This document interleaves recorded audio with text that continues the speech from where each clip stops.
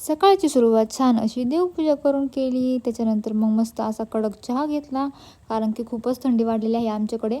आणि मी तसा दुधाचा चहा पित नाही, मी कोराच चहा घेते. त्याच्यामुळे मस्तपैकी चहा वगैरे घेतला. त्याच्यानंतर आम्हाला जायचं होतं वावरात, कारण की हे पाणी धरत होते. आमच्या मकाला पाणी धरायचं होतं. मग म्हणलं आपण तरी काय करायचं घरी, म्हणून मग मी पण स्वामीला घेऊन गेले होते वावरात.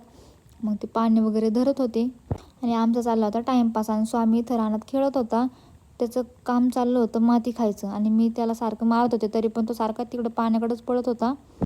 मला काय पाणी वगैरे धरता येत नाही, कारण की पप्पाकडे काही शेती नाही. त्याच्यामुळं मला कधी सवयच नव्हती रानात वगैरे काय काम करायची.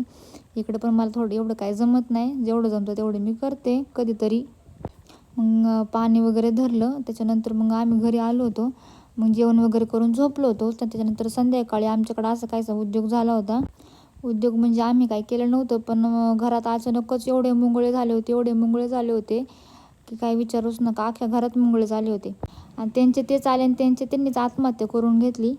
मग झाडून वगैरे घेतलं. आणि थंडीचे दिवस चालू आहेत, तर शेकोटी तर झालीच पाहिजे, नाही का.